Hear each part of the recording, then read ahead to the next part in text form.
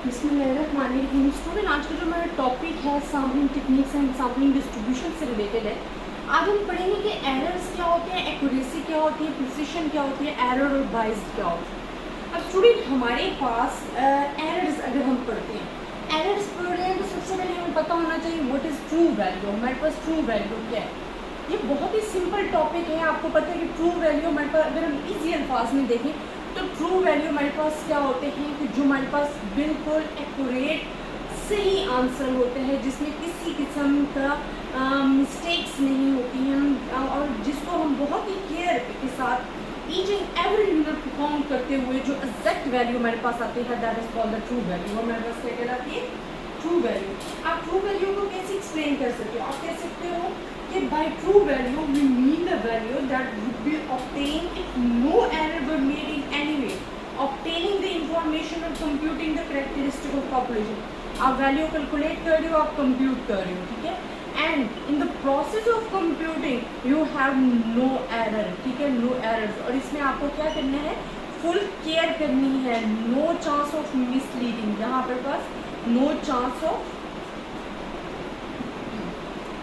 तो यहाँ आपके पास जो वैल्यू आएगी that is called the true value, वो आपके पास क्या कहलाएगी? True value. तो ट्रू वैल्यू क्या है कि if we have any type of information, collecting और obtaining any type of information and computing the characteristics of population, because all the process we are doing for the population, calculating the population, and populations क्या है? The process in which each and every unit in which we have the value of interest is called the population। यहाँ हमारे पास क्या होते हैं? aggregates of all the things in which our personal interest is involved is called the population। तो true value क्या है कि हम कोई भी value obtain कर रहे हैं, compute कर रहे हैं, in which we have the no error and full care and no chance of misleading, then we are computing the population these values in which we have no error, that is called the true value। वो हमारे पास क्या कहलाती है? True value कहलाती है। अब true value हम exact किस तरह ला सकते हैं? एक जो हम प्रोसीजर्स कर रहे हैं, जो हम कंप्यूट करने के लिए स्टूडेंट जो प्रोसीजर कर रहे हैं, वो आपके पास क्लियर प्रोसीजर होना चाहिए, जिसमें आपके पास करेक्ट डेटा होना चाहिए, डेटे में मिस्टेक नहीं होनी चाहिए।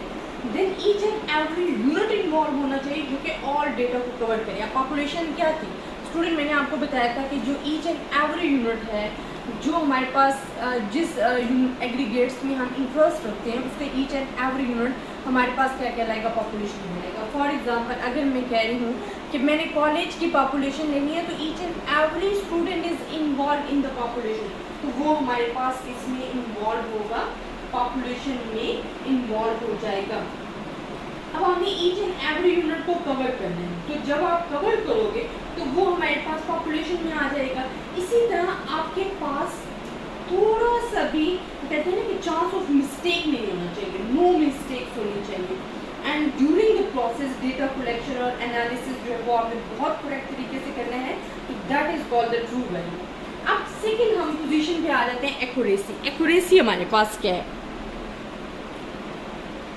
अब जब स्टूडेंट बात आ जाती है एक्यूरेसी, एक्यूरेसी मीन मैंने आपको पहले भी बताया, जो हम कहते हैं एक्यूरेट रिजल्ट। एक्यूरेट रिजल्ट क्या होता है कि जो आपको रिजल्ट चाहिए, जिसमें आप कहते हो कि एक्यूरेट रिजल्ट वो होता है जिसमें आपका जो सैम्पल डिफरेंस और ट्रू वैल्यू का जो डिफरेंस है वो लेस होना चाहिए, जितना लेस होगा। अब हमारे पास क्या है कि जो ट्रू वैल्यू है, ट्रू वैल्यू और जो सैम्पल्स डेटा है, उसका डिफरेंस जो है, डिफरेंस जितना कम होगा, जितना लेस होगा, वो उतना एक्यूरेट होगा। वो आपके पास क्या होगा? उतना एक्यूरेट।